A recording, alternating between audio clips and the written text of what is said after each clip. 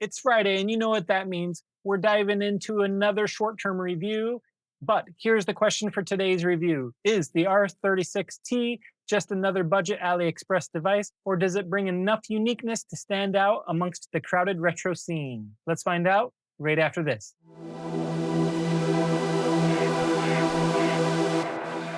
Hey fam, Swati Tukongkrak Pinik here. And before I get started, I wanted to do two things. First and foremost, I want to thank you for watching this video. Whether you're a longtime subscriber or this is your first Phoenix Handhelds video, I want to thank you for watching, and I hope that I earn your subscription in this video. And second, I want to go over the structure of our reviews just to make sure everybody's on the same page.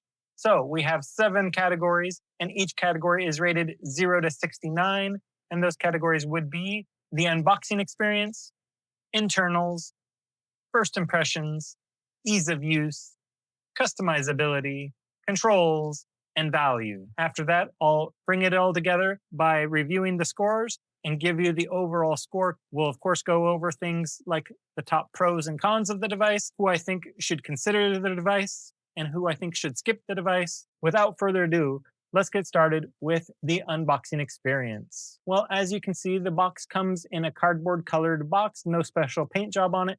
However, it does come wrapped in plastic if you watched my unboxing video, which is a rarity amongst the AliExpress devices, which adds a nice little retail polish because a lot of retail devices obviously come in plastic shrink wrap. Now, as you can see here, the device has white graphics all over, including on the sides, giving it a little pizzazz on the sides. And then the back has nice little specs on it. The one caveat is they actually updated this device since they created the box. So the box says 3000 milliamps. There's actually 3500 milliamps. So I'm not going to complain about getting an extra 500 milliamp hour battery there, but it's nice to have those there. So if I were to buy these for a retail store, I would actually take off the shrink wrap, add my own barcode so I could sell it, and then add the shrink wrap again. And yes, retailers do have their own shrink wrap machines that they can do that kind of thing with. But that's the outside of the box. What about on the inside of the box? Well, lift up the lid. You get a carbon fiber case that's black with a red slider with a black zipper. Nice. I like that the metal's being covered. Keeps it looking nice. On the inside, we get a nice little Velcro strap to keep your device in place. An English-only manual. So I'm sorry if you need it in another language. And of course, like any other device, you get a USB-A to USB-C charging cable. So all in all, better than some devices, especially in this device's $50 price range. I wish we'd gotten more, but we always wish for more, right? So with nice touches at a budget price point, only missing a screen protector preventing it from getting a higher score, I have to give it a more than respectable 50 out of 69. Packing aside, what really matters is on the inside. So let's take a look under the hood next. So as we jump into internals, let's take a look at the specs. And first and foremost, the SoC that powers this device is called the Rockchip RK3326 chip, which is very common at this price point with 1 GB of RAM, which will net you solid 2D performance with some light 3D gaming. With Wi-Fi built in with no dongles needed, which will lead to easy multiplayer as well as box art scraping of any ROMs that you might add yourself. The device does support 27 emulators out of the box to keep you gaming for hours on end. And as I mentioned, this glow-on-the-edge CRT mock device is a 3.5-inch screen that is 640 by 480. And also, as I mentioned, the battery's been upgraded to 3500 milliamp hours, and it charges at 5 volts, 2 amps. This is not a fast charger. This is the charger from 15 years ago. So if you still have one of those kicking around, so if you have an old iPhone 7 or Samsung Galaxy 4 kicking around, those type of chargers would be perfectly fine. Anything more than that, you'll either not charge your device or you might fry it. So make sure you're using that, or if you have a wall outlet that has the USB-A port directly on the wall itself, you could use that usually because those will usually charge at the 5 volts, 2 amps. So you can expect charging to take about 2 hours, 0 to 100, and 100 to 0, depending on what game console you're playing, you should get about 5 to 6 hours of playthrough, which again, for a device like this, is more than you should really need. You get 7 color variants, and as you saw just a moment ago, the unit that I'm testing is gray with black buttons. But I'll flash up the 7 different colors on here for you, and those colors are black with black buttons, white with white buttons, gray with black buttons, blue with black buttons, light blue with white buttons, yellow with black buttons, and red with black buttons. If you've watched any of my videos, you'll know that I am drawn to red as it's my favorite color. So I had to really push myself to not get another red device. But alas, they are available and they're on the screen.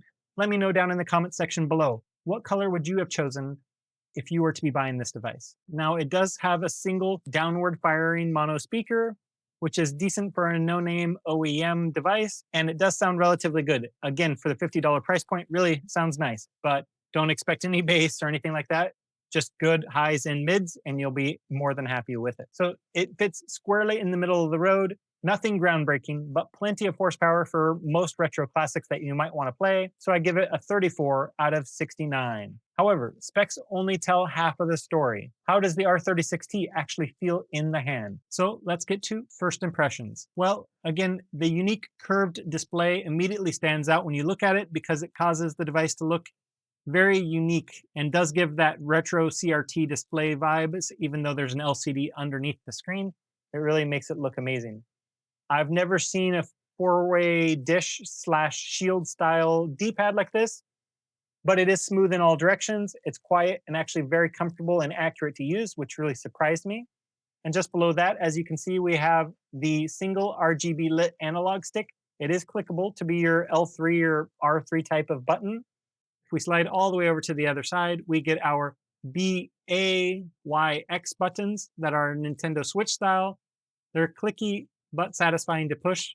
They're not too loud. They do have a soft sound to them whenever they're actually clicking. That said, move over to the middle and we have select, start, and function. Those buttons are extremely loud clicky. I don't know if the microphone's picking it up, but that said, you might wake a light sleeper next to you if you try to play this next to someone else in bed. So keep in mind that you have to be aware of that.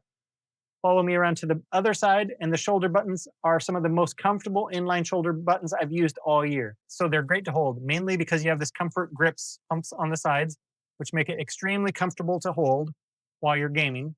But these are like the start, select, and function button, super clicky, loud, gonna wake up anybody next to you. So if you're gonna play this in bed, I would recommend 16-bit era and below, so you don't have to worry about that, other than maybe Mario Kart where you're using this to do your little hops. The volume rocker is very soft, and the power button has softer clicks as well. This is your power button. This is your reset button. The R36T design quirks with its curved display and dish D-pad bring a lot of charm, but the rest of the buttons are a mixed bag.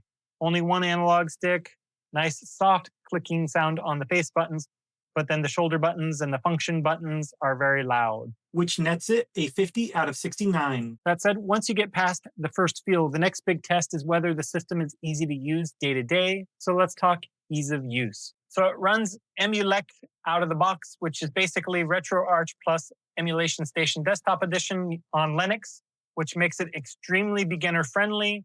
You're not going to find a much easier device to use. So it's a true plug and play device, easier than a modern PlayStation. And honestly, turn it on for your first time.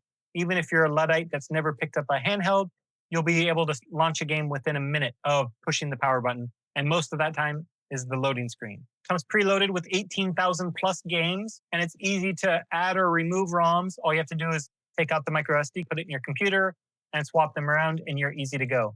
Some prefer a curated list of 100 to 200 best of titles only on their device, and some want all 18,000 plus games on their devices. It's all up to you, but it's nice that we have that option. It does, however, come with a cheap micro SD card, so I would recommend swapping it for a more reliable brand to avoid sudden failures. But that said, all micro SD cards could fail at any time. It's just obviously more likely than not with a cheaper one. So it's one of the easiest devices for newcomers to use, with room to grow with you if you want that customization. So I have to give the ease of use score a solid 61 out of 69. Speaking of customization, let's dive into how much this handheld lets you make it your own. So as we dive into customizability, if you've watched any of my videos, you know this is one of my favorite categories of all time because I love to truly make my device my own.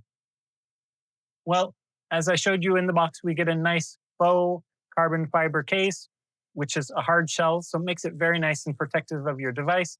So I know that I can throw it in a backpack and go on a trip without any issues. I've looked on AliExpress and Etsy, and I could not find any other aftermarket cases or actual shells like grips for this device like I can for a lot of devices, which makes me kind of sad. But again, this is a relatively new handheld and it is from a no-name brand. So it is kind of expected that they wouldn't have these out for this yet. But if a lot of people buy this and reach out to their Etsy suppliers, they are probably going to be more than happy to buy this device and start creating things for it, like comfort grips or shell cases that might make it more unique.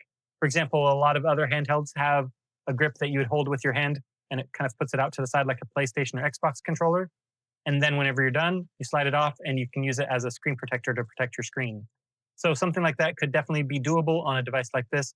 But again, we have to get the Etsy developers and designers behind us by showing them that we're interested in it for a device like this. On the software side of things, we get strong customization with EmuELEC.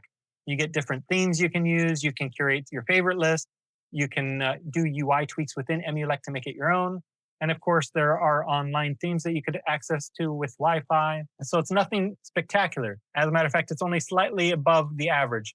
But thanks to that software flexibility, it is above the average. And though the hardware mods are nearly non-existent, hopefully we can get enough people behind this device that Etsy will come to the rescue. But for now, on the short-term review, I have to give the score a 39 out of 69. Of course, all that said, controls can make or break a handheld. So let's see how this one stacks up by going over controls next. And as I mentioned, the Dish D-pad performs better than I had expected. It is actually surprisingly accurate, so I'm in love with it.